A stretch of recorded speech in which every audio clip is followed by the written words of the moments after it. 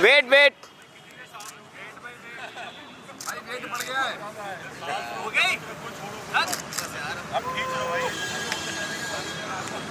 जी sir okay okay done okay done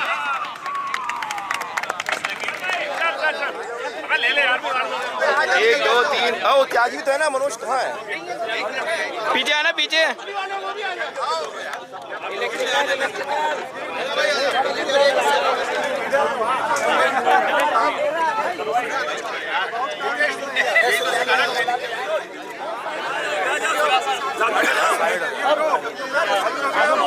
हटा हटा हाथ हटाओ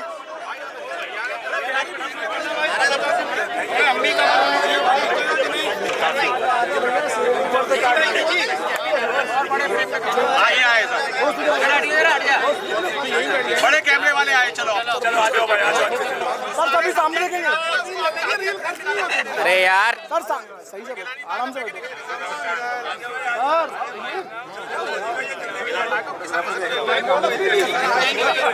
आओ तमाम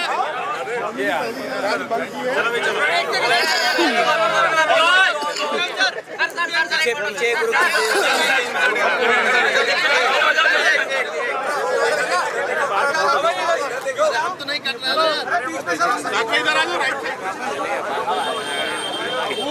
ग्रुप फोटो खींचना वो सही है तभी दिखा दूंगा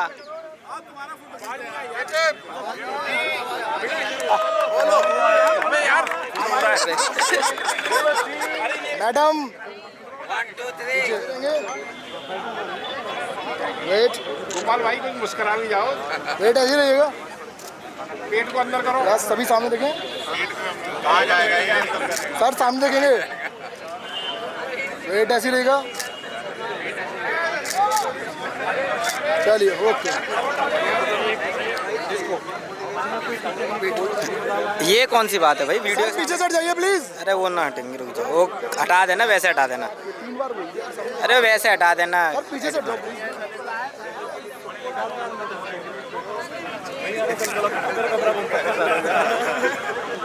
सभी सामने देखें सर मेरी भी हो गई है मेरी रह गई है यस लिखिया बोलो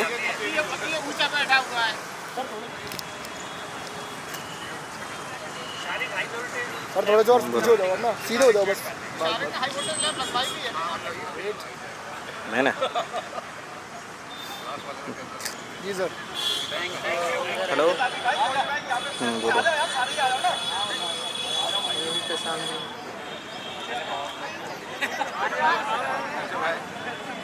रुक के ना नहीं जा रहा है आ नहीं रहा यस देखा जब भी तक वेट इधर देखे ये इसलिए करा ताकि इसकी फोटो अच्छी आ जाए मेरा मोबाइल तोड़ गए इलेक्ट्रिक वाला नहीं है भाई हमारे सामने तो अच्छा बोना हो जाता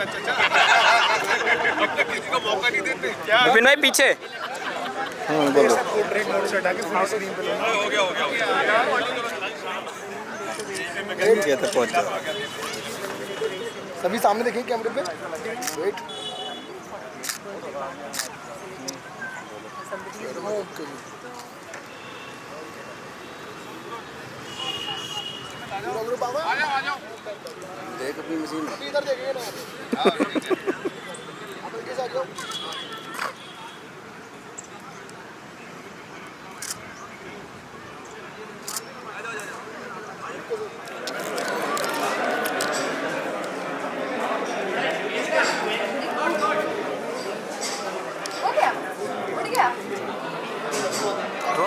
डिस्टेंस उसकी हाइट लेंथ ब्रेथ पूरा 3D में दिखा रहता है उसके हिसाब से क्या अवॉइड कर सकता है कहीं कोलिजन ना हो नहीं नहीं अभी हटा दे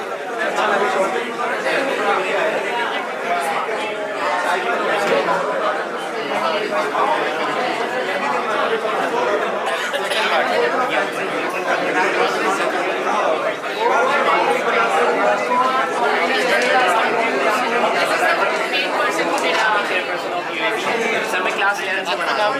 मेरा मोहम्मद उज़ैर आलम। आप इसे शुरुआत कर खा लीजिए वीडियो है सब अकेले अकेले फोटो हो रही है खाने का ग्रुप इकट्ठा कर रहे हैं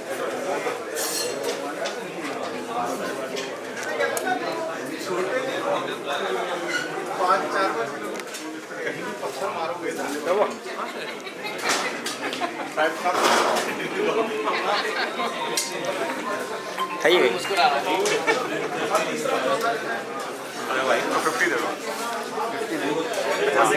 ये तो ये फटवार किसको दोगे खा लीजिए सर अभी तो एकदम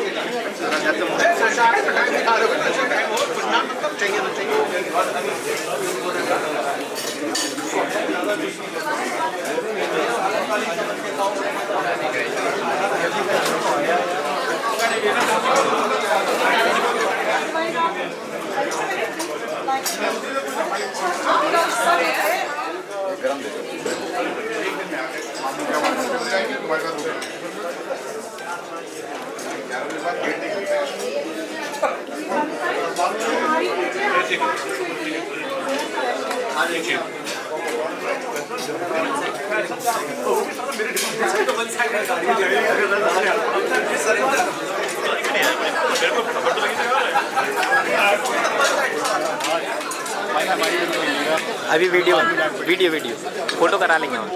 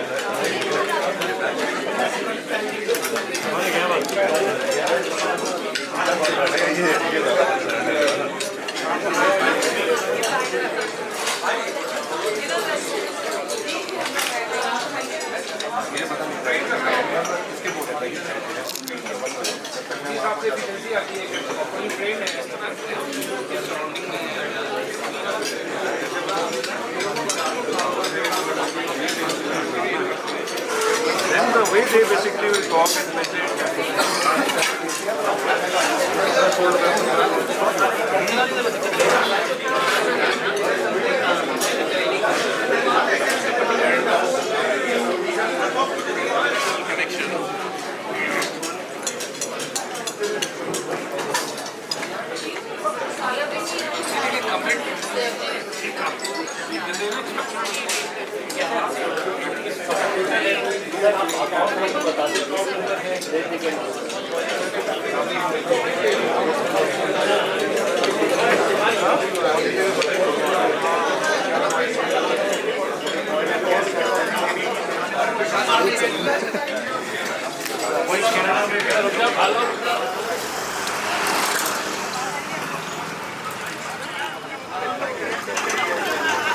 and पूरा टिकट लगेगा खैर तक का फोटोग्राफर बैठा दो फोटो ही क्यों जाएगी यहाँ तो दुनिया हिल रही है पूरी फोटो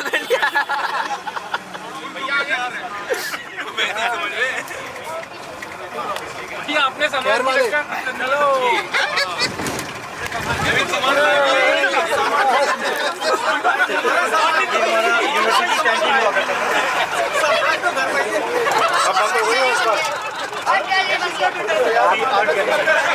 ये थोड़ा यूनिवर्सिटी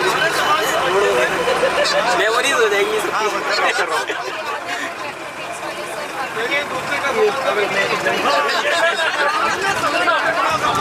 और ये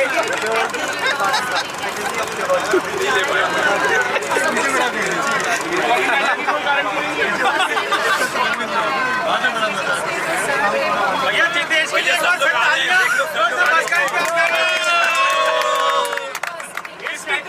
जिसने भी बस का इंतजाम करा उसके लिए एक बार 2 तालियां। अरे भैया जितेश लगा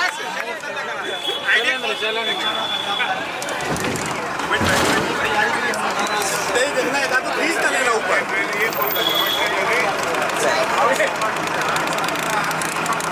कंडक्टर साहब एक बोलो ना आजाद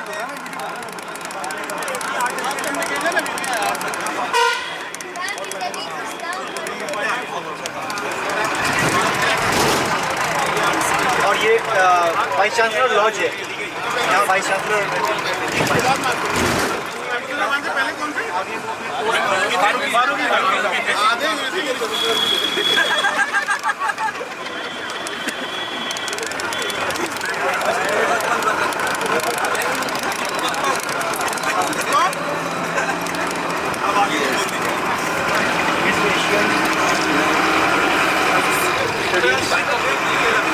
यहाँ पे मेरे ख्याल से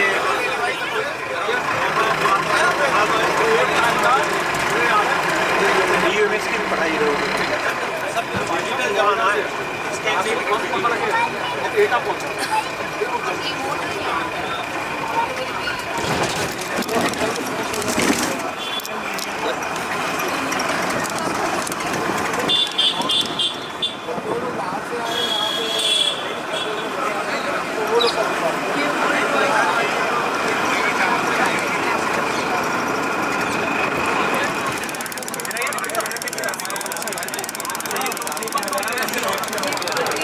बीमार पड़ा स्टूडेंट तो ये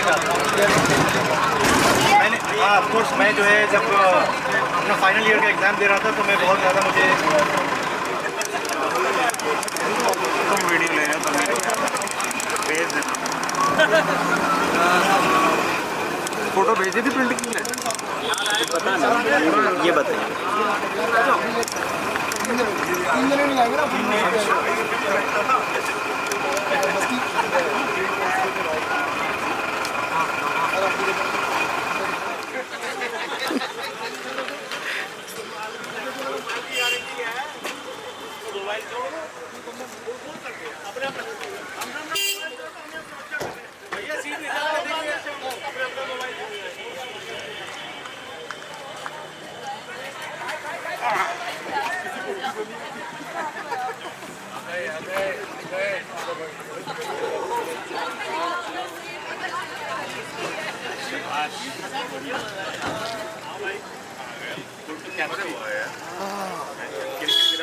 चल रही है देखता रहे कैमरे पे मैं आ रहा हूँ फोटो भेज दी हाँ वो आ रही है मैंने कॉपी प्रिंट करा दी आ रही है अभी थोड़ी देर मेरे पास तो मैं आपको दिखवाता हूँ मेरी बंदा लेने गया हुआ है जब तक आप बस चलिए हेलो हेलो आ रही है बोलो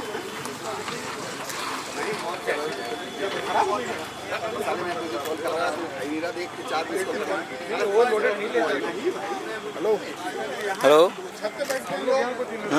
बोलो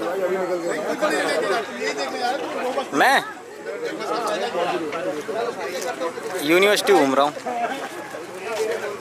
अभी करता हूँ वीडियो कॉल।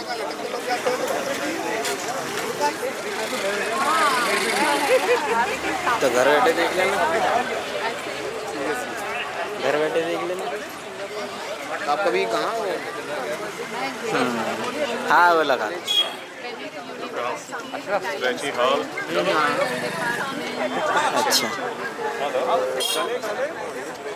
वैसे है ही कौन घर पे? है ही कौन? 51 नहीं केंद्रीय गेट है नोएडा। अच्छा, मैं नोएडा का कौन है? नोएडा में सेक्टर 71 में आया है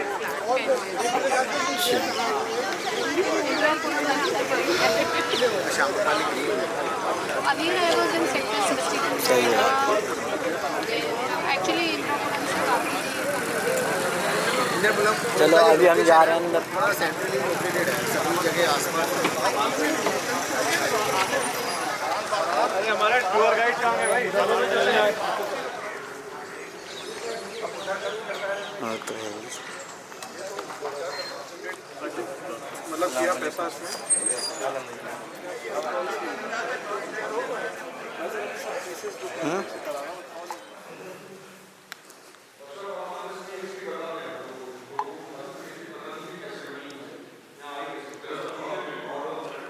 ये जो आए थे फ्रांकी, ये भी जो है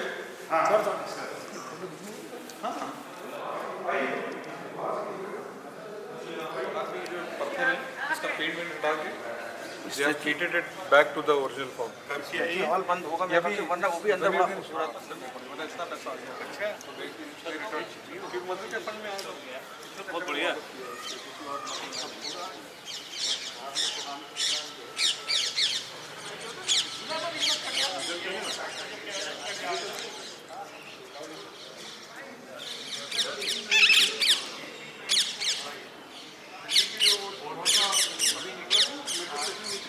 उसी की जब मलबा निकला तो मलबा खरीद के लेके आया था। मतलब जो है 28 सब बहुत मलबा है। ये नॉट 28 जनरेशन ये मुसोली ने सच्ची बात बताओ। वी डिड नो दैट लेकिन पता नहीं क्या चीज लेडीज आ सकती हैं नहीं आ सकती पता नहीं। मुझे नमाज पढ़ना तो it is a big gathering almost 5000 people come here and there will be one इमाम who will lead the prayer उनकी ग्रेव है अंदर जो सेंट्रल ग्रेव है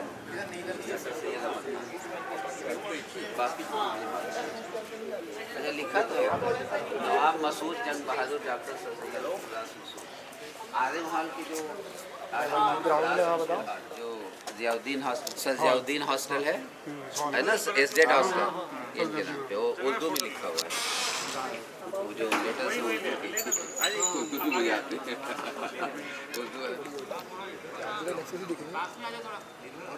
सर बराबर पे आ जाओ, सभी बराबर पे आ जाओ सर, काफ़ी स्पेस है, बराबर पे आ जाओ। अरे बहुत टाइम कम है, जल्दी जल्दी कर दो।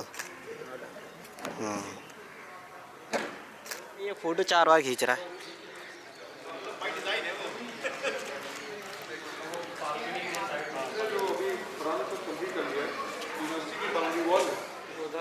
विलियम बैग और इन सब अपनी पार्क की जी वो भी यूनिवर्सिटी की बाउंड्री वॉल भी थी, उसमें पैसा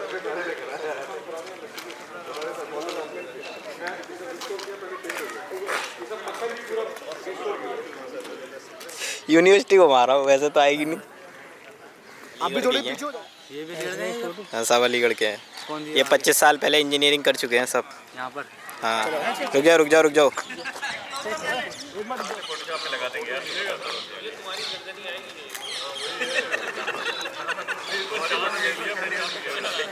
एक में तो आ जाओ।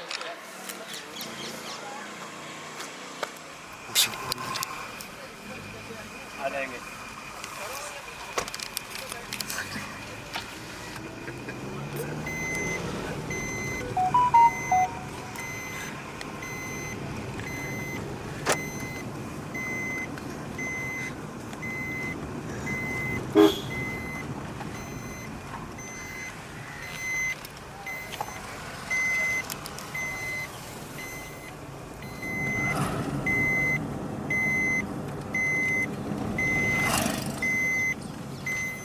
देखिए ये जो व्यू आता है ना, ये व्यू, ये देखिए आप। इसमें से लो फोटो। ये यूनिवर्सिटी हेल्थ सेंटर है, याद है? हाँ जी हाँ, यहीं पे आके हम लोग एडमिट हुआ करते थे और दलिया के डर से भाग जाते थे।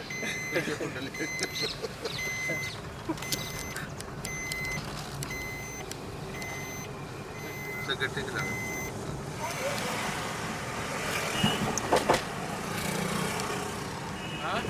हाँ, ऑफिशिएटिंग।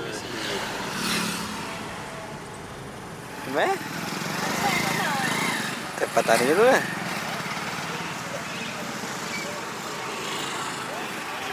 क्यों?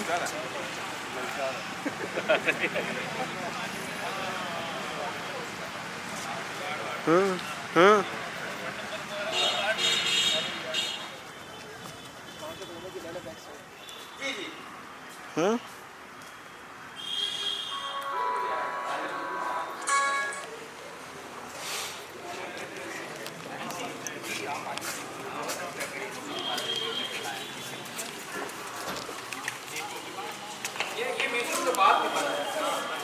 ये मेजियोलॉजी डिपार्टमेंट का पार्ट था। कौन बताएगा भाई? आप बताइए। हैं?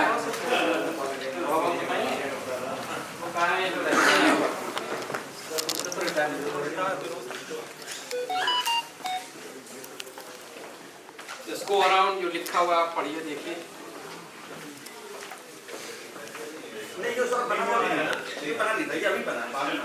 ये सब मेजियोलॉजी डिपार्टमेंट में रखा हुआ है। ओके,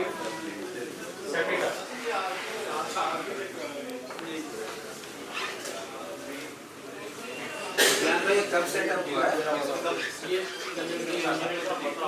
बहुत सही है था।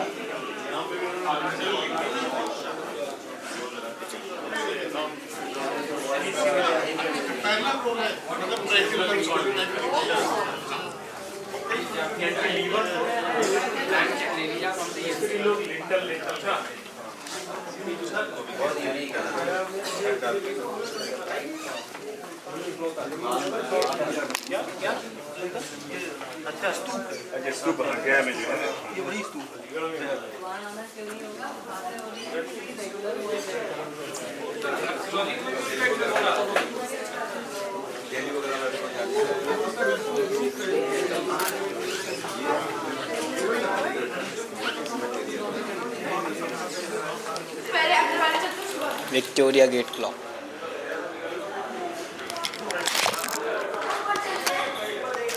अरे यार,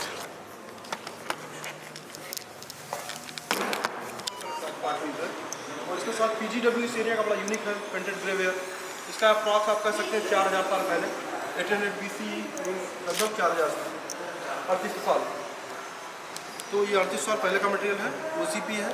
इसके बगल में आप देखेंगे तो आपको पेंटेड ग्रेवेयर मिल जाएगा, बाउंड डिस्क, ये भी अप्रॉक्स नहीं है। ये पूरा ट्रेडिशन मिलता है इसीलिए, वहाँ से आपका पहले एरिया ये सारे बहुत पुराने पत्थर हैं। ये इसमें और भी दिखाता हूँ।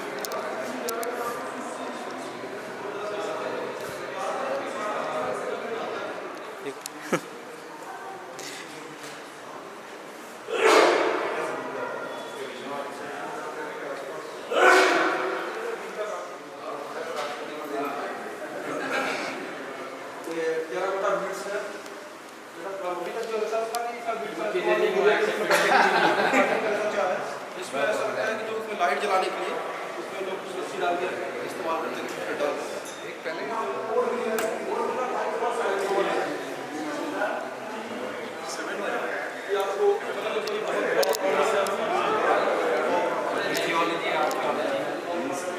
ये बहुत इम्पोर्टेंट मटेरियल है। ये बीट्स है, लगभग 3800 साल पहले, आप कह सकते हैं 2000 BC के आसपास। ये अलग अलग, जैसे आगेट है, आगेट बैंडिंग होगी तो आगेट आपका इसमें जो है कार्नियल गुजरात वाले एरिया में है, तो गुजरात से यहाँ कार्नियल आता था, यहाँ लेके आते थे। तो अलग अलग एरिया का अलग अलग जगह का है ये। आगे आप देखेंगे आपको प्रिंटेड बीट है, प्रिंटेड है। आपको अर्ली हड़प्पा में मिलने लगता है। ये ज़्यादातर ईरान, इराक, अफगानिस्तान, पाकिस्तान से होते हुए इस पूरे यहाँ तक, मतलब वेस्टर्न यूपी का पार्ट कर सकते हैं, नॉर्थ वेस्ट इंडिया पूरा का पूरा एरिया में इस टाइप के बीट लगता है जीरा है। हुक्के की चिलो ओके कीजिए।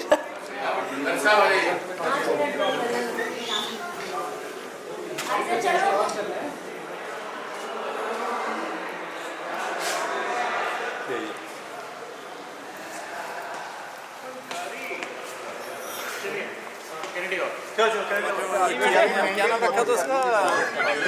हर जगह गुजरात ले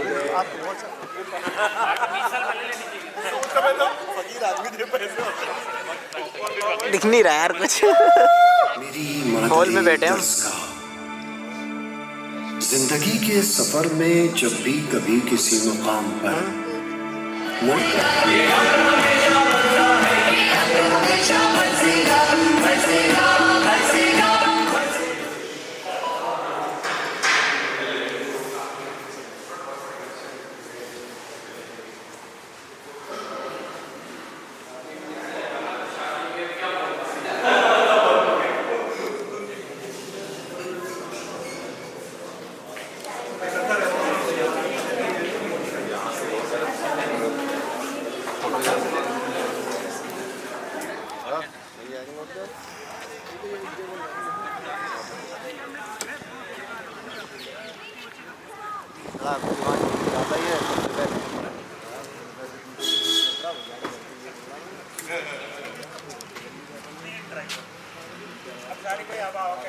in your pocket. First and the last precaution. क्योंकि आप कोई भी चीज छुएंगे, you don't know whatever It will do. it will do.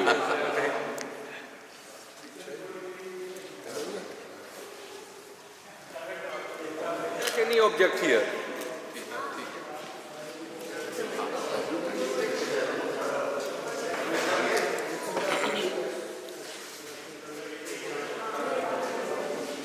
कुछ बताइए क्या है? कौन सा वाला एक्सपेरिमेंट कराएंगे ये तो देखकर पता चले।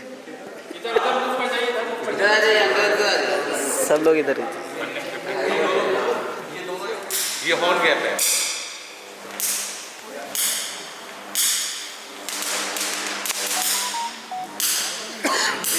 छोटा पड़ गया।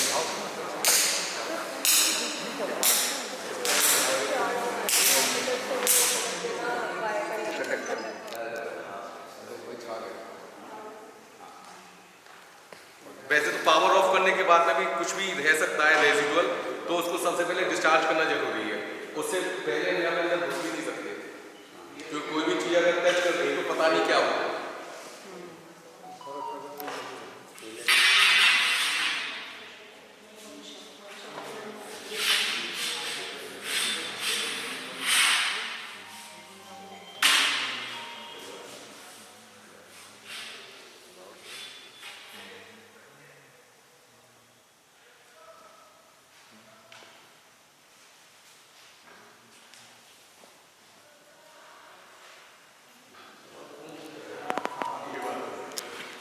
यहाँ पर हम दोनों स्फीयर्स के बीच में हाई वोल्टेज अप्लाई करेंगे एंड फाइनली ये देखा है इन दोनों स्फीयर्स के बीच में जो एयर है, एयर एक्चुअली इंसुलेटर होती है, लेकिन किसी भी कोई भी ऑब्जेक्ट इंसुलेटर एक पर्टिकुलर लिमिट तक है, और जैसे ही हम उस पर्टिकुलर लिमिट को क्रॉस करेंगे ये नो मोर इंसुलेटर, ये कंडक्टर हो जाएगा, बीच में ब्रेक डाउन हो जाएगी और जो करंट है वो एयर के थ्रू फ्लो करेगी।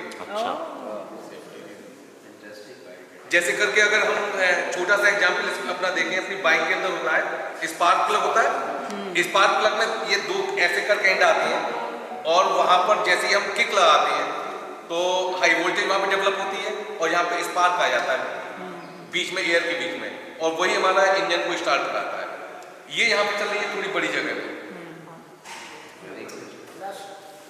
चले दिखाएं डेमो ऑन। ये कोरोना के बाद आ गया हाई वोल्टेज पर, और बाद में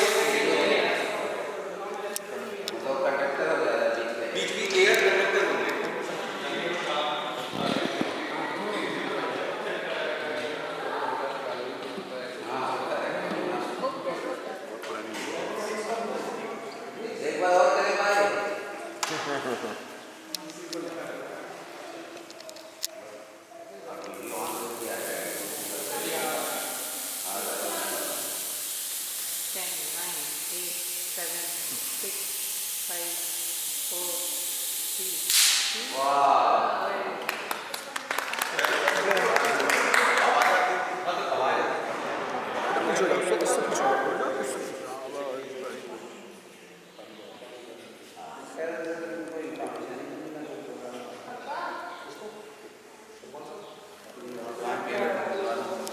क्या है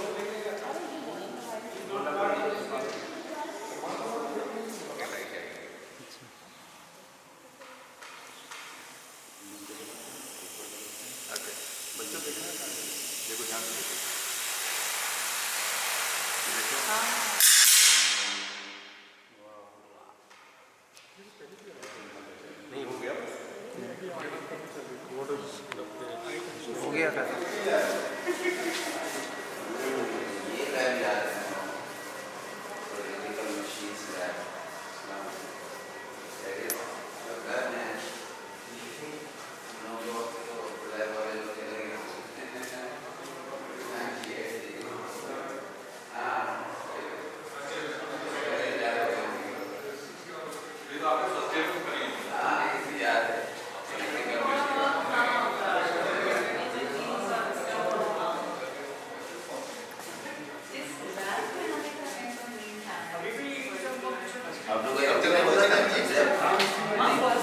यहाँ पे ये वो है फर्स्ट ईयर में ये लैब नहीं होता है ना।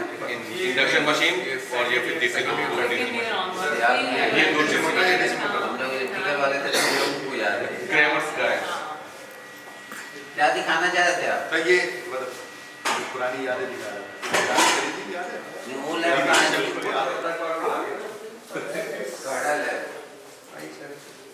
दिखाइए सारी बात। ये सारी लैब हमारे शादी भाई ने सेटअप कराई है।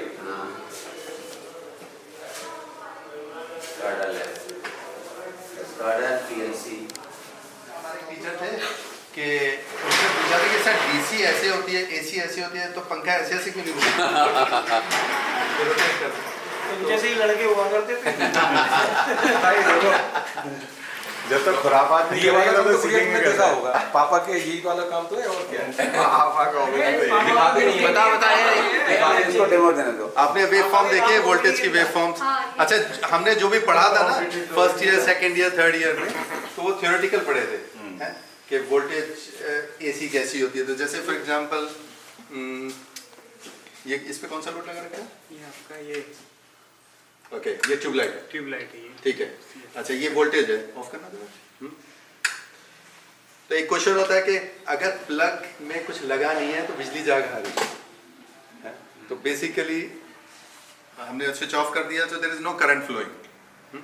तो आप इसे एज्यूम कर लें कि करंट और वोल्टेज क्या होता है कि अगर आपको शावर लेना है तो आपके टंकी में पानी है ऊपर, तो एक पोटेंशियल है। अब आप जब तक खोलेंगे नहीं तो फ्लो नहीं होगा, जब फ्लो होगा तो एनर्जी आपके ऊपर से जाएगी। तो दिस इज द पावर। तो जब तक आप अपने टंकी का नल बंद रखेंगे तो पानी तो वहाँ रहेगा। तो सेम थिंग, तो वोल्टेज अवेलेबल है, पोटेंशियल है, लेकिन फ्लो नहीं हो रहा। फ्लो नहीं हो रहा है। करंट फ्लो करने के लिए हमने सर्किट क्लोज किया। जब सर्किट क्लोज करेंगे तो जो करंट फ्लो होगा वो अलग अलग शेप में फ्लो होता है। अब जैसे मैं ट्यूबलाइट ऑन करता हूँ तो ये करंट यहाँ से फ्लो होगा। Very nice, okay. तो करंट फ्लो करना शुरू कर दिया है, तो उसी फॉर्मेट में होगा कि जिसमें AC। हाँ, और ये दूसरे में क्या है? ओके, ये CFL LED वाली है, ठीक है। LED ऑन करें। अब इसमें देख रहे हैं कि आप लोग आजकल बड़ा डिस्कशन चल रहा है कि LED लैंप लगाएं और ये है ना, तो कम लेना चाहिए उसको पावर। हाँ, कम पावर कम लेता है, लेकिन उसके एक नुकसान बहुत करता है। वो हार्मोनिक्स जनरेट करता है। तो अब हार्मोनिक्स देखते हैं तो you can see it here, we can go to 63rd harmonic. तो ये जो लैब कंस्ट्रक्ट करी गई थी वो इस हिसाब से करी गई थी, 10 साल पुरानी लैब है कि आपको इंडस्ट्री में जैसे आप जाएं, I mean you are means up to the mark. तो क्योंकि तुम इंडस्ट्री में जैसे क्लास A एनालाइजर है, it is measuring at 20 kilohertz. यानी जब हम कभी कभी लेक्चर लेते हैं तो हम बच्चों को दिखाते हैं कि एक क्वेश्चन आपके दिमाग में आया होगा कि अच्छा मैं जब लाइट जलाता हूँ तो सर्किट क्लोज हो जाता है, लेकिन अगर मैं तार शॉर्ट करता हूँ तो भड़ाका क्यों होता है? कभी आपने सोचा है? क्योंकि जैसे आप समझ लें कि आप टंकी खोल रहे हैं तो जो पाइप पतला है, ठीक है, तो एक लिमिटेड रेट है। लेकिन अगर मैं टंकी के नीचे का पूरा बेस खोल दूँ तो एकदम पानी बड़ा से कर जाएगा। तो जो केबल होती है, जो शॉर्ट केबल लगाते हैं, तो उसकी रेजिस्टेंस बहुत कम होती है, तो एकदम से वो जाता है, तो इसीलिए ब्लास्ट होता है। तो हम क्या करते हैं, कभी कभी यहाँ पे शॉर्ट करके भी दिखाते हैं, कार्टेज फ्यूज ले लेते हैं HRC का और से लेके ऐसे करते हैं, वो ब्लास्ट कर जाता है। Current become infinite. तो उसमें हमें पूरा कर्व में दिखता है कि करंट कैसे शूट करा, वोल्टेज कैसे शूट करी, तो हम उसे देख के सर्किट में बता सकते हैं कि हमारा फॉल्ट कहाँ पर है। सारी काफ़ी चीज़ें हम मतलब बच्चों को पढ़ाते हैं, बच्चे एक्सपेरिमेंट भी करते हैं। तो आज से करीब 10 साल पहले जो हमने एक्सपेरिमेंट्स कराए थे, तो उसमें ये कंडीशन थी कि बच्चे पढ़ेंगे, एक्सपेरिमेंट करेंगे, प्लस आपको अपनी वीडियो बनानी है उससे। तो उसमें उसको प्रेजेंटेशन भी आ जाता है, तो हमने अब बाकायदा टेलीप्रॉम्प्टर्स लगाए थे यहाँ पे, बहुत सारी चीज़ें करी थी। तो उसमें खैर ये जो था, ये हमने और कुछ दिखा ना यहाँ पे, और क्या देखिए आउटपुट का एनालाइजर और उसका डिसएडवांटेज क्या है हार्मोनिक्स का? हार्मोनिक से होता है, अगर ज़्यादा आपके हार्मोनिक सर्किट में हो जाते हैं तो आपके जो सिस्टम डिज़ाइन होते हैं वो 50 हर्ट्ज पर होते हैं। अब वो उसमें मतलब आ रहे हैं 150 हर्ट्ज आ रहा है, 60 हर्ट्ज भी आ रहा है। रोड है, अब एक रोड तो स्मूथ है और गड्ढे एक बना रोड दिया। पे गड्ढे छोटे बहुत सारे गड्ढे हैं। तो वो अगर वही छोटे हार्मोनिक्स गड्ढे है। जो हैं वो अल्टीमेटली आपकी गाड़ी के सस्पेंशन को कहीं ना कहीं डैमेज जरूर कर रहे हैं लॉन्ग टर्म में। जितनी सोफिस्टिकेटेड गाड़ी है उतनी ज़्यादा Damage विद होगी। रेस्पेक्ट टू टाइम, जैसे जैसे आपकी गाड़ी को पुराना ज्यादा देर तक उस पर चलेगी तो वो उतना धीमे धीमे उसको डैमेज करते चले जाएंगे। So what is getting damaged? हाँ, तो अब जैसे ये है, इसका स्टेटर है, तो स्टेटर में लगा होता है, तो उसमें जो मैग्नेटिक फील्ड बन रही होती है वो 50 हर्ट्ज के लिए बनाई। अब उसमें 150 कर रहे हैं, तो उसमें छोटे छोटे गर्म होना शुरू हो जाएंगे। तो इसलिए कई बार होता है ना, जैसे आप कई जगह ले जाते हैं, आप अपना वो मोबाइल चार्जर लगाते हैं, आपका मोबाइल चार्जर बस्ट कर जाता है, जबकि वोल्टेज हाई नहीं होती है, तो वो THD हाई होती है, टोटल हार्मोनिक डिस्टॉर्शन और वोल्टेज एज पर स्टैंडर्ड 8% से कम होनी चाहिए, मतलब यूरोपियन स्टैंडर्ड। अगर उससे ऊपर होती है तो अब जो नए सिस्टम आ रहे हैं उसमें ये चीज़ लगी होती है, अगर आपने ऐसे सिस्टम में लगाया तो मशीन ऑन नहीं होगी। एक्चुअली अब एक दिक्कत और होने लगी है, पहले मोस्टली जो सिस्टम होते थे वो आपके प्योर इलेक्ट्रिकल होते थे। अब धीमे धीमे जैसे जैसे इलेक्ट्रॉनिक्स का वोल्टेज का यूज का इलेक्ट्रॉनिक कार्ड्स आपके बढ़ते जा रहे हैं, वहाँ पे तो 5 वोल्ट पे काम होना है। अगर हार्मोनिक्स ज़्यादा होंगे तो कार्ड्स आपके बहुत जल्दी डैमेज हो जाते हैं। आपके इंडस्ट्री की एक बड़ी प्रॉब्लम है ये कि हार्मोनिक्स की वजह से हार्मोनिक्स यहाँ जनरेट हो रहा है और मेरी वो वाली मशीन काम करना बंद कर दिया, उसका कार्ड हो गया। आपको एक केस बताता हूँ, ये बहुत जनरिक प्रॉब्लम है। मैं एक बार बड़ी इंडस्ट्री। ओमान बॉर्डर पे ड्रिलिंग चल रही थी, कम्युनिकेशन इक्विपमेंट के लिए हम गए। तो जब ड्रिलिंग चल रही थी तो शुरू में तो बिल्कुल सही चला, जैसे ही उस ड्रिल ने आके करीब 3 किलोमीटर बाद उस रॉक को टकराया है, तो उसमें जनरेटर से तो VFD ड्राइव लगे, तो उसने हार्मोनिक जनरेट किया गया, तो जितने सर्किट्स थे वो ऑफ होने लगे। तो नॉर्मली जब सर्किट ऑफ होगा आप सोचेंगे अच्छा 10 एम्पेयर का सर्किट ऑफ हुआ है तो मैं क्या करूँगा, 20 का लगा, लेकिन आप 20 का भी लगाया तब भी जाएगा। तो बाद में जब देखा गया अगर हम उसे कंटिन्यू करते तो हमारा जितना सेंसिटिव इक्विपमेंट था वो चला। तो इसीलिए जो आपके सर्वर सिस्टम्स होते हैं, जो इंटरनेट सर्विस प्रोवाइडर्स होते हैं, ISPs होते हैं, अब उनमें ये कंडीशन है कि हम इस तरीके की सेंसिटिविटी रखें। आपके लिए इम्पोर्टेंट ये हम क्यों कर रहे हैं, electricity is going to be very expensive in future, now it is very cheap. तो जो सबसे बड़ा क्राइसिस होगा वो एनर्जी का क्राइसिस आएगा। अभी तो हमें 5-6 रुपये या 10 रुपये का डिनर भी है, डिनर भी है। मैं समअप कर दूं, मतलब हो गया आपका बस हो गया तो मैं समअप कर दूं। जी सर। सबसे बड़ा नुकसान और सबसे बड़ी प्रॉब्लम इन हार्मोनिक्स की है कि ये पेपर में जब ये सवाल आता है हिलता नहीं है। और दूसरा ये जो भीड़ आई है यहाँ पे बच्चों के अलावा, ये सब पता है क्या देखने आएगी लैब, मतलब ये नहीं, ये कहते यही शारीक है। ये पुराने शारीक को जानते हैं सब। इन लोगों ने सुन तो रखे तुम्हारी ये वाली चर्चे की, ये लैब बना दी, बट यकीन नहीं हो रहा किसी को जब तक देखना। I was a different person there. उस टाइम पे तो मैं याद है मैं 2nd या 3rd पीरियड से स्टार्ट करता था, 5th पीरियड में मेरा स्टॉप। सब जानते हैं अभी बहुत सारे ऑफलाइन पर्सन इकट्ठे हो गए। इन्होंने सोचा कि सब कुछ ऐसे हवा में बताया जा रहा है, तो ये देखना है कि यही शारीक है क्या।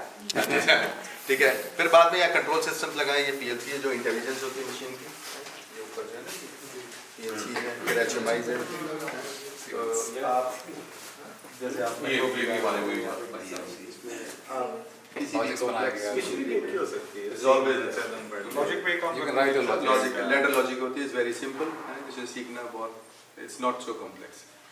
आजकल बच्चे सारे आईटी कंप्यूटर की तरफ जा रहे हैं, कोडिंग की तरफ, लेकिन एक चीज़ हम भूल रहे हैं कि जब तक आप ओटी सिस्टम, यानी कि ये हम क्या कर रहे हैं, हम बेसिकली एनवायरनमेंट की चीज़ को लेके हम इसे, ये डाटा जो है यहाँ से थ्रू दिस केबल यहाँ जा रहा है, तो मेरे इस पे जाके हम देख लेते हैं।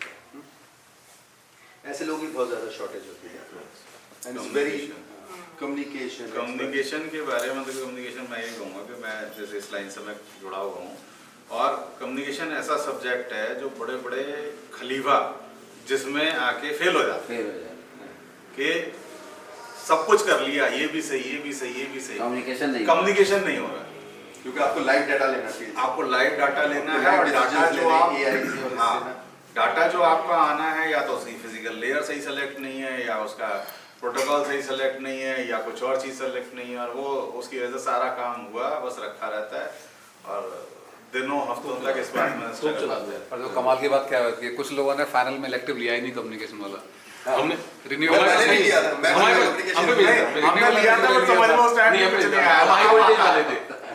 अब आना चाहिए, हम हाई वोल्टेज में पहुंच गए। अच्छा, वो आपने नहीं बताया जो डिवाइसेस अब जो एनर्जी की बात कर रहे थे, तो क्या था? एनर्जी जो है इतनी एक्सपेंसिव होती जा रही है, एक टाइम ऐसा है कि हो सकता है आपके जो सॉकेट पॉइंट्स हैं, और भी नई स्टैंडर्ड डेवलप होने जा रही है, कि आपको हो सकता है आप लोग जाके ना लैपटॉप या मोबाइल चार्ज कर लेते हैं,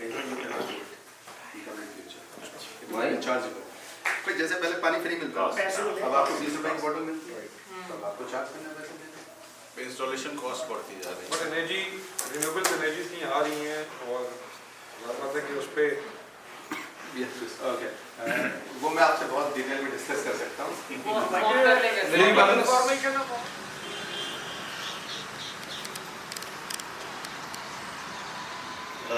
मैंने लखनऊ में सोसाइटी अटेंड किया 17 तारीख को, दिन में एक मुशायरा था सीवान में ओल्ड बॉयज़ में, वहाँ मैंने मुशायरा अटेंड किया। Then I move to Saudi Arabia, Jeddah में था 28 अक्टूबर को, वहाँ से फिर मैं रियाद मैंने, और इसी बीच शादी भी हुई बेटे की लेकिन सबकी मोहब्बत अलीगढ़ वालों की कि मेरे ऊपर कोई जिम्मेदारी उन्होंने ऐसी नहीं डाली कि मैं परेशान या किसी दिक्कत में पड़ूँ। तो आपका सभी का बहुत बहुत खैर मकदम, दोबारा से सब लोग यहाँ जमा हुए हैं। मेरा नाम साहब यहाँ पर बहुत खासा बदनाम है, AMU के हल्के में मुझे जॉनी फॉस्टर कहते हैं। 40 साल, मैं 78 to 2023, 40-42 साल का मेरा साथी है। और अगर मैं और पीछे ले जाऊँ तो 1937 में मेरे फादर ने एडमिशन दिया था, तो जब यूनिवर्सिटी पे बिल्कुल कम्सनी की दौर से गुजर रही थी, अपनी टीनेज स्टेज में थी। आपने क्या किया यहाँ से? मैंने पॉलिटिकल साइंस में ग्रेजुएशन किया, उसके बाद बिल्कुल फ्रेश ग्रेजुएशन करने के बाद ही जो उस वक्त वाइस चांसलर थे, उन्होंने मुझे यहाँ की लाइव म्यूज़िक की जॉब ऑफर की, बल्कि he himself created a post for me. Who was the vice chancellor that time? At that time, Mr. Syed Hashim Ali साहब, और ये 86 मिड 86-87 का दौर था।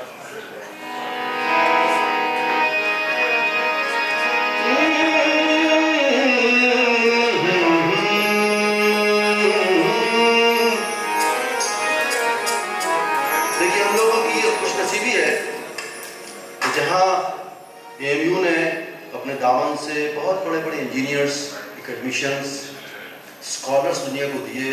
अगर हम फ़नून लतीफ़ा पे नज़र डालें तो फिल्म की अगर जिक्र करें तो एक बड़ा नाम नसीरुद्दीन शाह से लेके जावेद अख्तर, ख्वाजा अहमद अब्बास, पहली बोलती फिल्म की एक्ट्रेस, और एक लंबी फहरिस्त है। आप अगर बम्बई, बॉम्बे, बॉलीवुड से अगर AMU के कंट्रीब्यूशन निकाल दें तो आधी तारीख रह जाएगी। आप आ जाइए शायरी के मैदान में, AMU, आप 4 बड़े उस्तादों को छोड़ के आप जिसका नाम लीजिए उसका ताल्लुक AMU से है। मौलाना हसरत रूहानी से लेके जो एक आज़ादी के जंग के सिपाही भी थे, चुप के रात दिन आंसू बहाना याद जैसे शायर लिखने वाली गज़ल, बशीर बद्र, मजाज, राही मासूम रज़ा, अली सरदार जाफरी, जानिसार अख्तर, जावेद अख्तर के मामू मजाज, बशीर बद्र, एक लंबी फहरिस्त है शहरियार।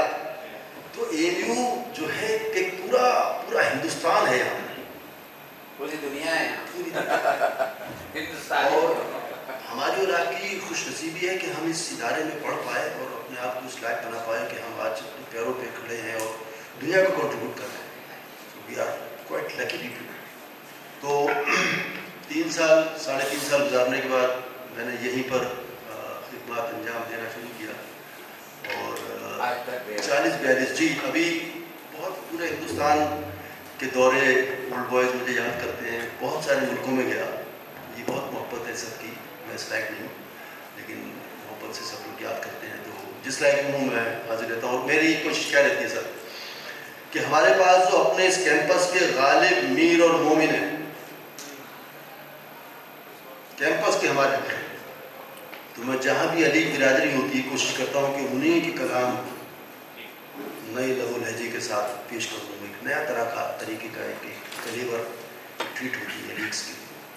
मेरा सुफियान भाई भी बस बिल्कुल विदिन 5 मिनट्स अभी ज्वाइन करने वाले हैं, मैं उनके साथ अभी बैठा हुआ था। सो आप सभी लोगों का खैर मकदम दोबारा से, और चंद गज़लें आपके हवाले, और बिल्कुल ये खुला मंच होगा, आप में से कोई भी कुछ पेश करना चाहे तो ये अच्छा लगेगा। जिसको कुछ कहना है, कुछ सुनना है, तो ये आपका ही स्टेज है, आपका ही मंच है, आपका ही कॉलेज है। मेरे साथ अलीफ हैं कीबोर्ड के ऊपर और अलीगढ़ के सीनियर आर्टिस्ट हैं। Then I have another very good artist on percussion instrument, एक तरह का डिजिटल ये इंस्ट्रूमेंट है, इसको आप डिजिटल तबला कह सकते हैं, ऑक्टोपेड कहता है। Then on my right side mister Rutash there, he plays tabla.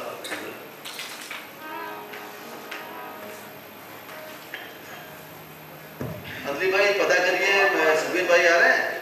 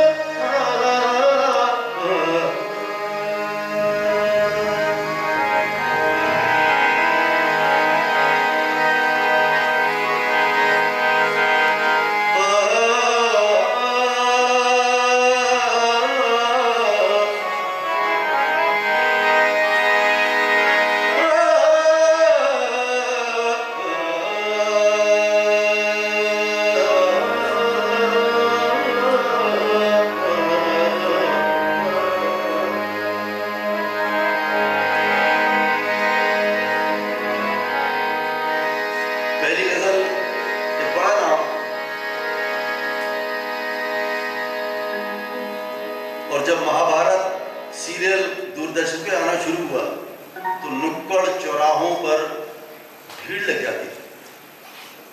उसमें एक्टिंग एक तरफ थी और उसके जो डायलॉग्स थे, एक नई वोकैबुलरी राही मासूम रज़ा महाभारत के हवाले से हमारे सामने आई। मेरी खुशनसीबी ये रही कि उनका जो आखिरी दौरा AMU का था,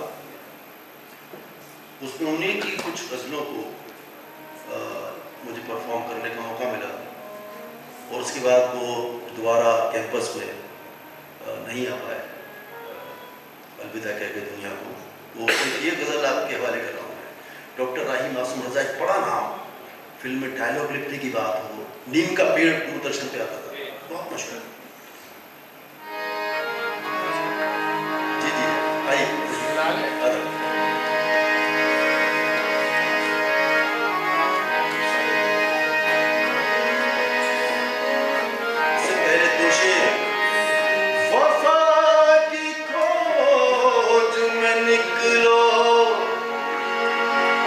तो पाँव चलते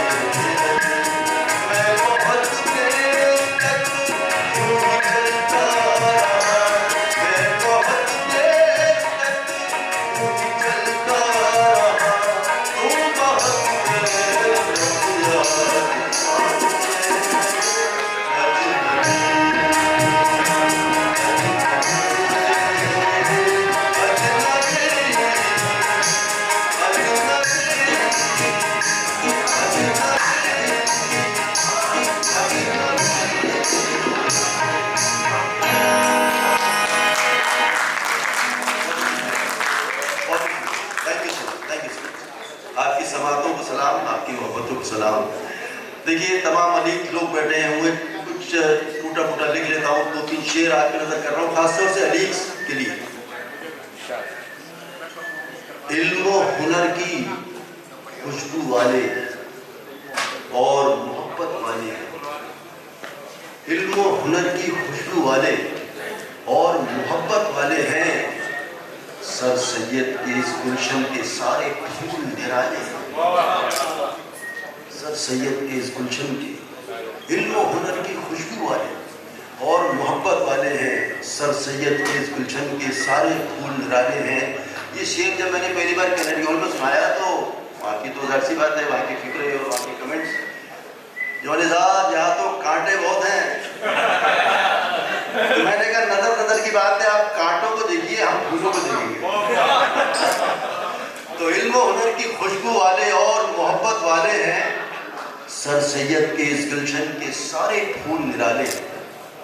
हिंदू मुस्लिम आंखें दुल्हन की कहते समझाते थे, हिंदू मुस्लिम आंखें दुल्हन की कहते समझाते थे, भाईचारे के सैयद के ऐसे कई हवाले।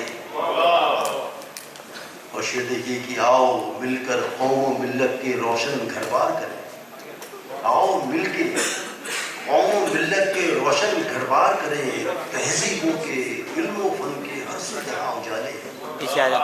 तो बुलबुल और चमन के रिश्ते को मजबूत बनाएंगे, मेरा चमन मैं अपने चमन का बुलबुल और चमन के रिश्ते को मजबूत बनाएंगे, साबित करके दिखलाएंगे हम सच्चे रखवाले हैं, इल्म व हुनर की खुशबू वाले और मोहब्बत वाले हैं, सर सैयद के इस गुलशन के सारे। भाई आप बिल्कुल नहीं बदले, मैं वैसे ही छोड़ के गया था जैसा। अरे गोल्डन जुबली में भी ऐसे ही मिलेंगे। बहुत अच्छा, अगली बार इंशाल्लाह ऐसे मिलेंगे आप। इंशाल्लाह गोल्डन जुबली में भी रहेंगे हम लोग, इंशाल्लाह। देखिए उम्र को हावी नहीं होने देना चाहिए। मैंने 1-2 शेर अपने लिए लिखे हैं, वो आप पर भी लागू है। मुझे से पूछ कर बचपन जवानी लेके आया था, मुझे से पूछ कर बचपन जवानी लेके आया था, मुझे से पूछ के मेरी बुजुर्गी मुझ पे आएगी। और एक शेर और आपके हवाले कर रहा हूँ, वो भी इसी खानदान का शेर है कि जवानी देख ये दौलत सुनो मैंने कमाई है, जवानी देख ये दौलत सुनो मैंने कमाई है, सफेदी मेरे हिस्से में बड़ी मुश्किल से आई।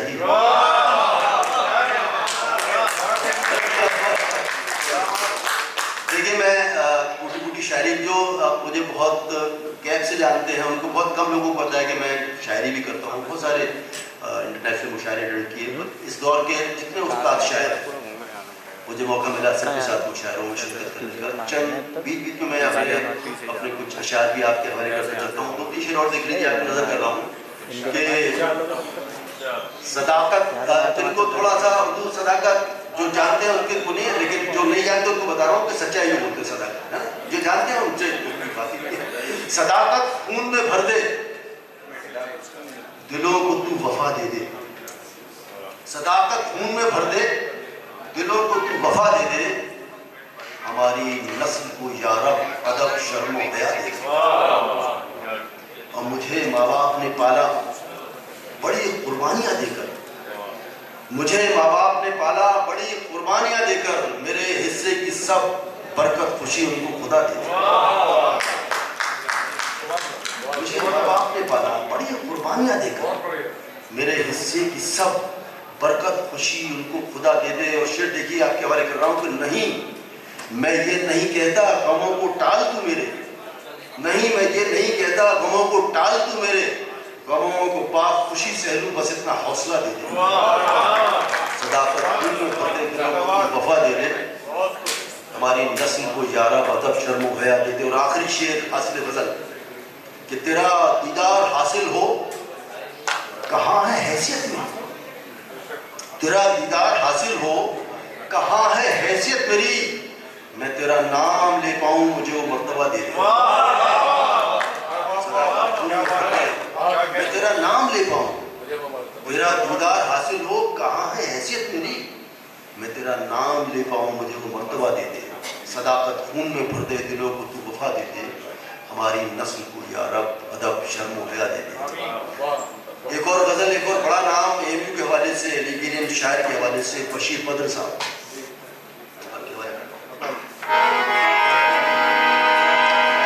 इसके बाद मैं मौका दूंगा कि इसको बाकायदगी से कुछ किसी को कुछ कंडक्ट करना है या कुछ कहना है कि हाउ विल गो फर्दर, हम आ सकते हैं। तब तक सुखी साहब या चुप हो गए।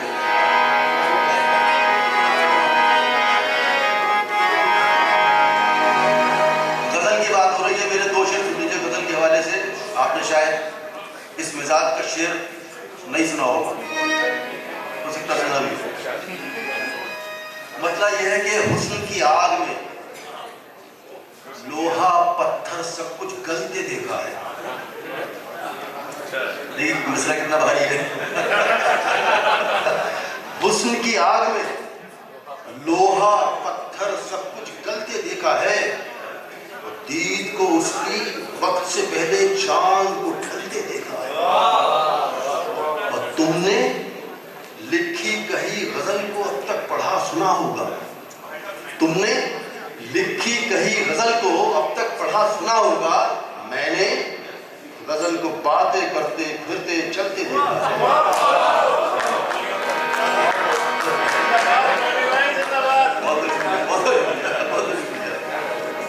मैं इसी तरह के बीच में अपने अशार टूटी फूटी शायरी वो भी आपके हवाले करता चलूंगा। बशीर बद्र साहब की गजल।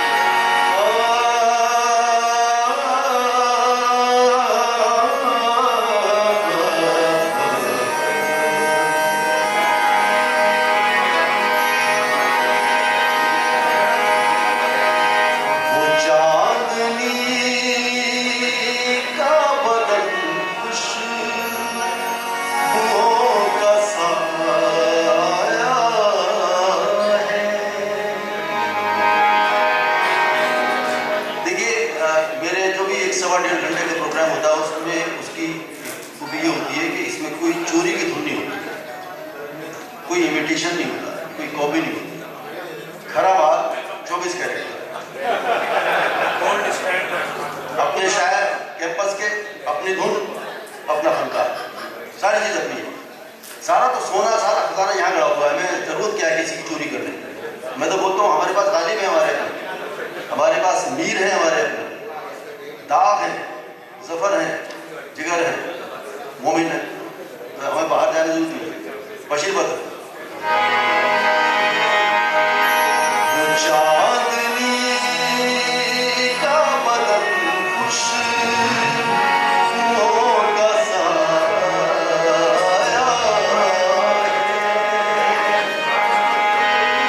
बहुत अजीज हमें है,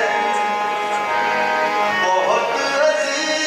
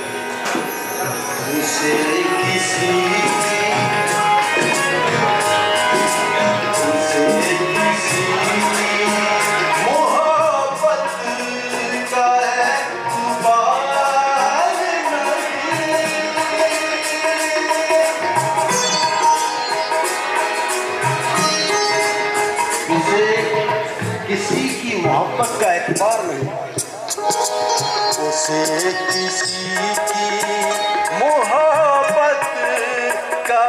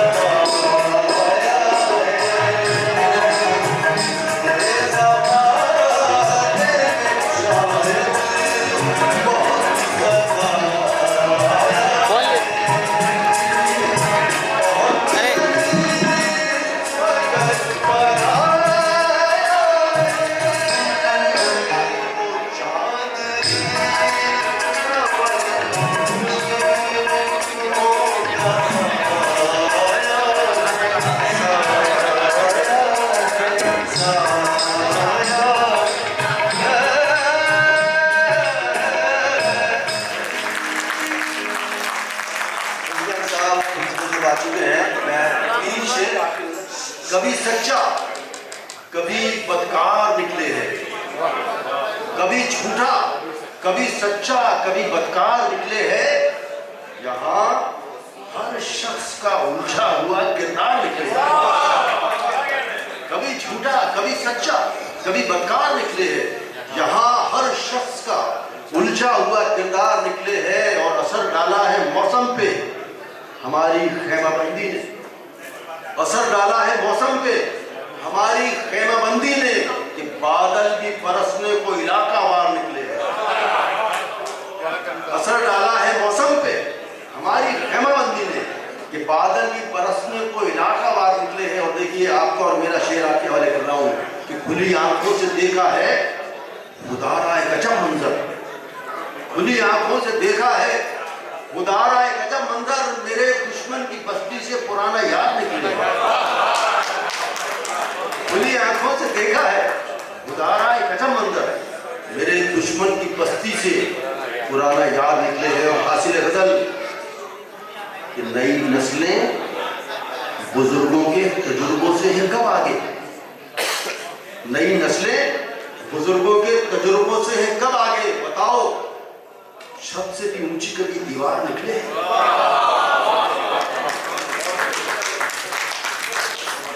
मेरे ख्याल में सुबह मैंने वेलकम बैक होम कहा था, इस वक्त आप लोगों ने इतनी देर कर दी कि फिर वेलकम बैक करना पड़ रहा है। हम आपको होस्ट करने का पूरा मौका दे रहे हैं।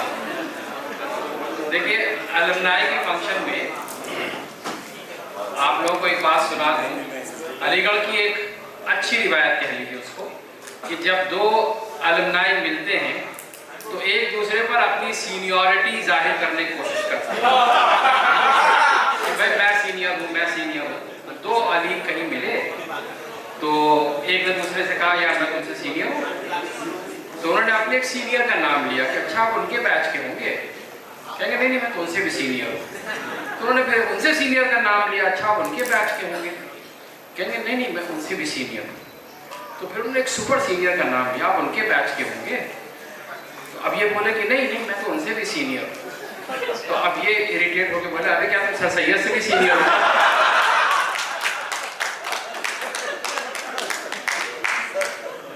ऐसे हम लोग कैनेडी हॉल गए थे, वहाँ आप लोगों ने नॉस्टैल्जिया देखा वीडियो, वो कैनेडी हॉल में देखने का मजा ही अलग है।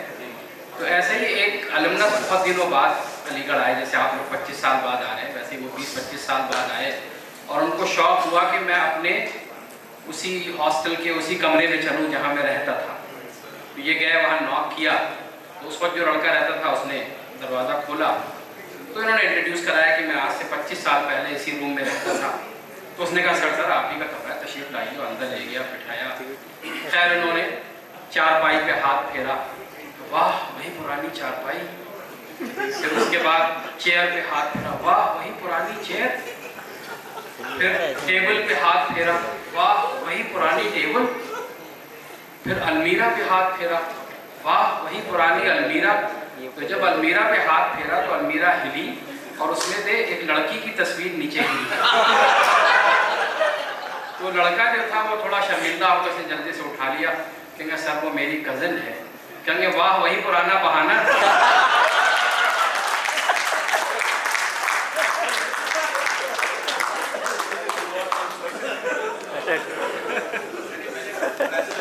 Thank you sir, thank you so much. हम लोग में से कोई फ्रेंड ऐसा है जो कुछ अपने शेयर करना चाहता है? मुझे ऐसा लग रहा है जैसे हम लोग इवनिंग क्लासेस कर रहे हैं ना। Good evening teacher. हम लोग मॉर्निंग वाले थे। नहीं इस वक्त तो गुड इवनिंग टीचर हो रहा है ना, आवाज नहीं आ रही किसी गुड इवनिंग टीचर करके ना। सर सामने बैठे आप लोग बोल नहीं रहे हैं ना गुड इवनिंग टीचर। सर देख रहे हो सर आपने हड़काया नहीं लोग को अभी चला जाओ तभी कुछ खोलेंगे। Thank you sir. और किसी को अगर कुछ कहना है, अगर कुछ अपने जज्बात अगर दिल से निकल रहे हैं, हमारे साथ एक कर्नल साहब आए हुए कुलदीप सिंह,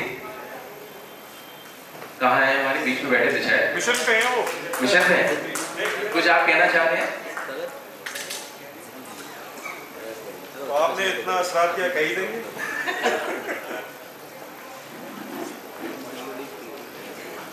कहने नहीं आए थे।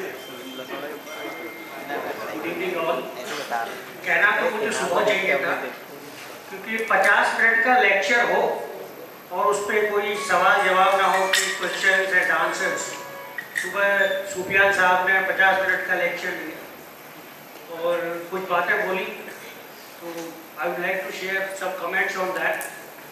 सर ने जैसे ही बोला ना कि अब मैं आप लोगों को कुछ पॉइंट्स बताना चाहता हूँ, उसके बाद थोड़ा पॉज लिया। It created a chill in the spine.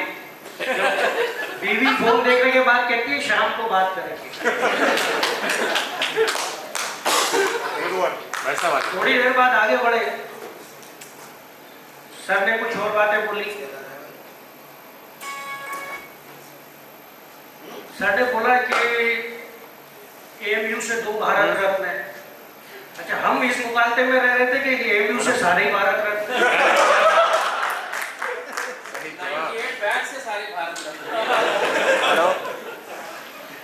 एक और चीज है, सुबह से अब तक हम हिम्मत क्यों नहीं जुटा पाए कि ये सब कमेंट बाजी की जाए, क्योंकि हमें जैसे ही बेग साहब याद आते हैं तो हमें सलमान बेग साहब याद आ जाते हैं। तो हालांकि पोलरिटी बिल्कुल डिफरेंट है। You can not imagine that Salman Beg साहब के साथ आप ये लिबर्टी ले पाए। फिर कुछ और बात आगे बढ़ी तो सर ने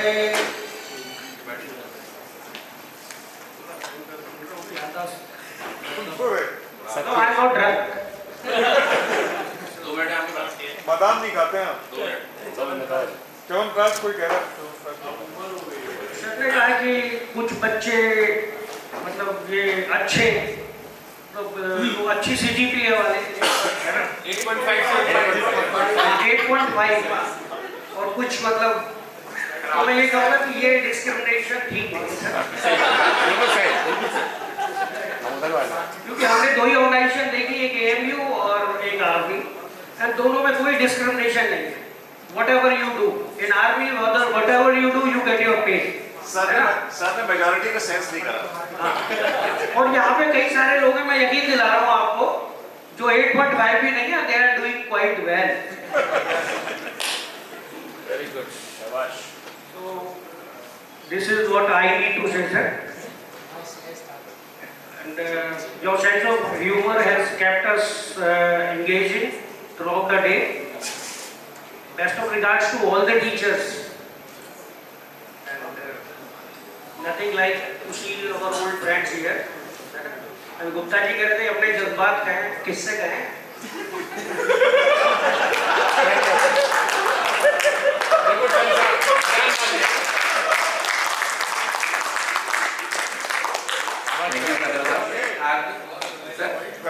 चिपका गया आपके, जवाब नहीं है आपके पास, जज्बात बताइए अब आपके पास। हम चाह रहे थे लेकिन वो इनका डिपार्टमेंट अलग है, इलेक्ट्रिकल कोई बंदा इस वक्त है नहीं हमारे बीच, वरना मैं इनके जज्बात बताता।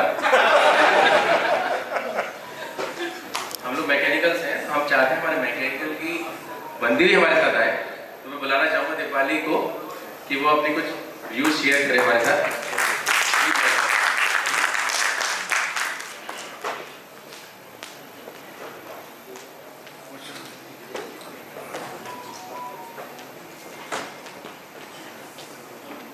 Good evening to my dear teachers and to all my colleagues.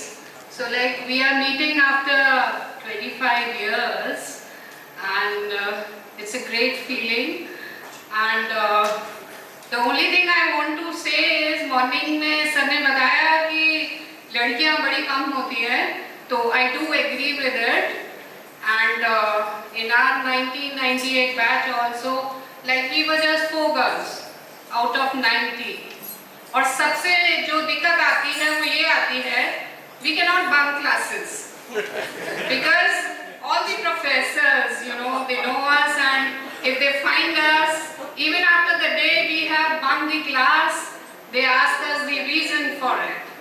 And due to that, we were not able to bunk classes at all.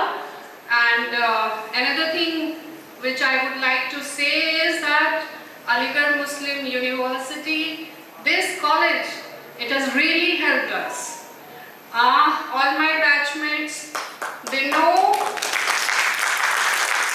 that I did my graduation and post-graduation over here and I got the opportunity to teach over here and my mechanical faculty members, they must be knowing, I used to ask them how to handle that class strength of 70. So they used to provide us the tips. They told me that our technical fundamentals should be very, very clear. We should work hard. We should interact with these students and keep the confidence. So, and even I did my PhD from IIT Delhi. So the difference between IIT Delhi and Aligarh Muslim University, what I have observed is that over here, the overall interaction between teachers and students is really very, very good. अब IIT में तो बिल्कुल cream वाले आते हैं, अब यहाँ पे जैसे अभी बोला कि 8.5 CGPA नहीं भी है, those students also, they get, you know, a very good polish from our esteemed professors which help us a lot.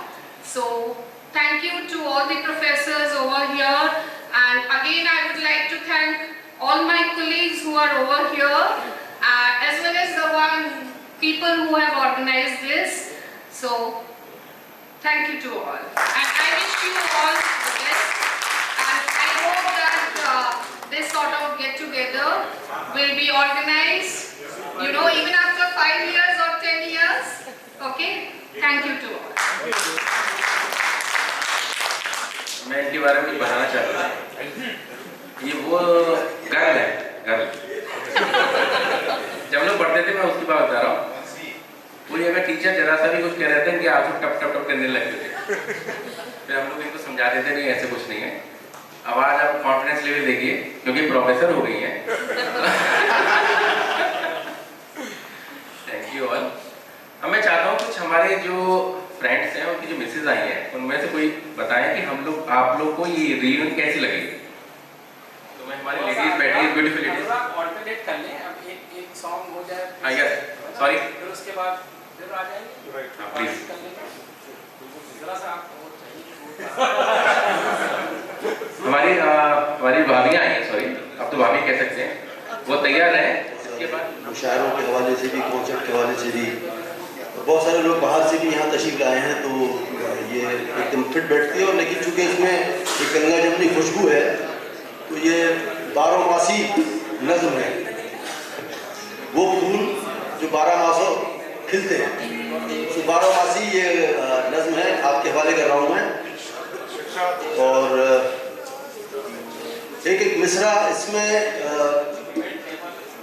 शायरी में जो जद्दोजहद करनी पड़ती है ना, ये दिल से जड़ों से निकला हुआ गीत है।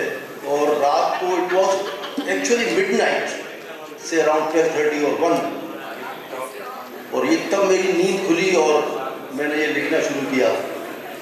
जहन में ये था कि जो हम वतन लोग हिंदुस्तान से बाहर हैं उनको मैं छोटी छोटी यादें दिलाऊं। तो बस ये उसका ये 32-34 साल पुरानी मेरी नज़्में आप सबके हवाले कर।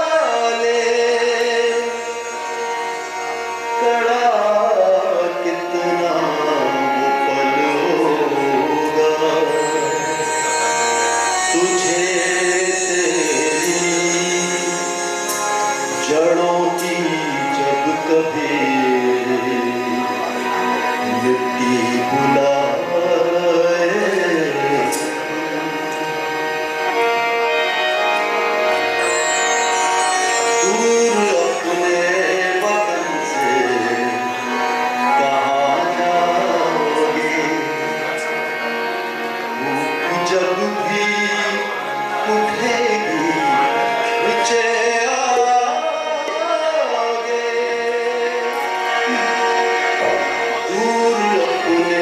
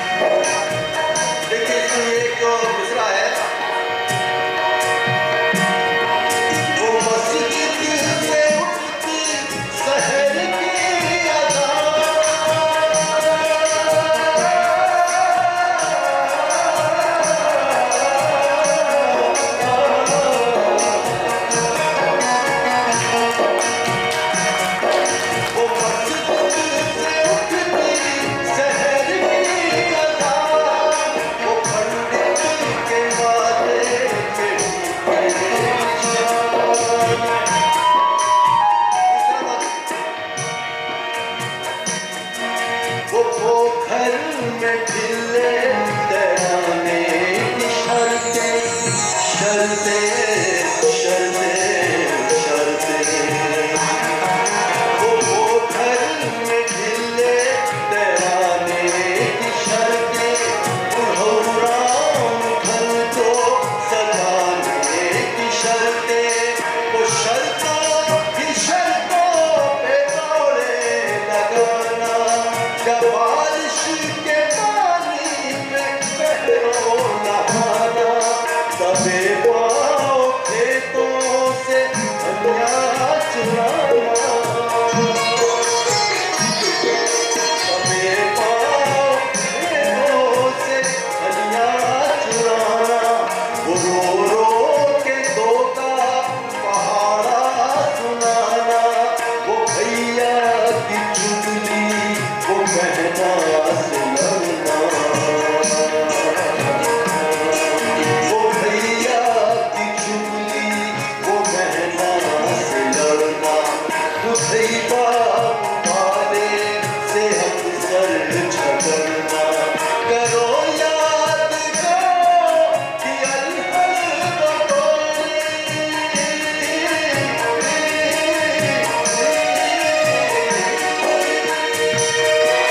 करो याद करो कि गोरी जो करती थी फूलों से खुशबू की चोरी सहारा जहीरे हैं मीरा यहीं यहीं सोनी महिवाल की याद थी ये पल पल बदलते से मौसम का देश है संतोष शहीदों का हमदम ये देश हमदम ये देश आज आओ न आओ मगर जान दो आज आओ न आओ मगर जान दो एक दिन तुम पलट के यहीं आओगे कहाँ जाओगे कहाँ जाओगे दूर अपने वतन से कहाँ जाओगे आखिरी बार आपके हवाले करता हूँ एक मिसरा सुनने वाला है बुजुर्गों से मिलने की हसरत हो दुआओं की उनकी जरूरत हो बुजुर्गों से मिलने की हसरत हो दुआओं की उनकी जरूरत हो आता नहीं फिर वतन लौट के ज़माने के बंधन सभी तोड़ के बहुत हो चुका कमाना कमाना बहुत हो चुका कमाना कमाना अच्छी उम्र आके यहीं पे बिताना हमें है तुम्हारी जरूरत फकत वो दौलत कभी नहीं छोड़ आना नहीं छोड़ आना कहाँ हो सदा हो चमन ढूंढता है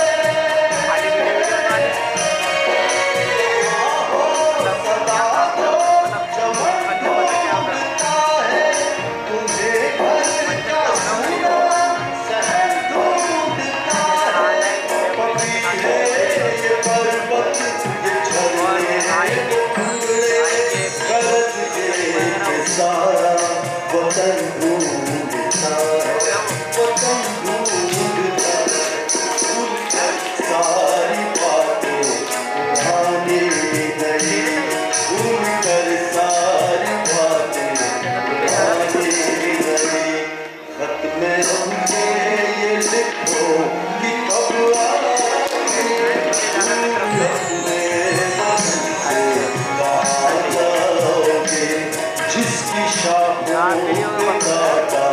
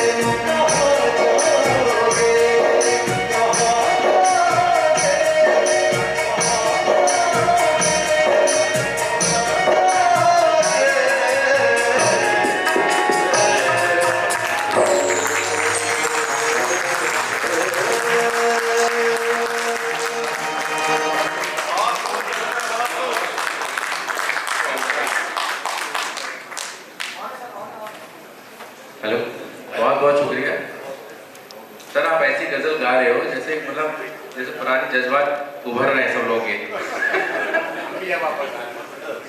प्रोग्राम में थोड़ा सा ट्विस्ट है सर, आपके घर इंतजार। तो हम चाहते हैं हमारे जो दोस्त हैं, उनकी जो बेटर हाफ्स हैं, हम उनसे सुनना चाहते हैं कि उनको कैसा लगा हमारे दोस्तों के साथ शादी करके।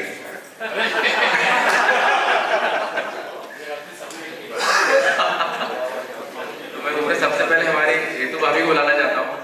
भाभी प्लीज आप यहाँ पे आइए, कुछ भी बोलिए, बुरा बोलिए या अच्छा बोलिए, हम लोग सुनना चाहेंगे हमारा दोस्त कैसा है। लेकिन सच बोलिए, सच बोलिए। और दोस्त भी बुला। मैं चाहूँगा हमारे दोस्त भी साथ